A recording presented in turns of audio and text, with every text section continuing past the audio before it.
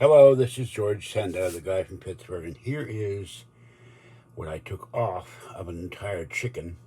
Fat, bones, sinew, all things you really don't want in your chicken. There's the tray for the mushrooms, and over here there is the chicken, mushrooms, bell pepper, green beans, and a lot of little red potatoes.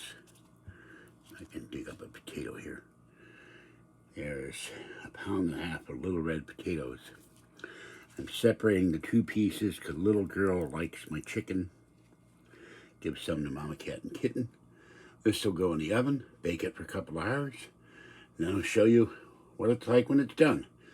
And I'm going to lie down because I've been standing entirely. This took me about an hour to do. I took all the fat and stuff off the chicken. I saved the wings and the neck for soup.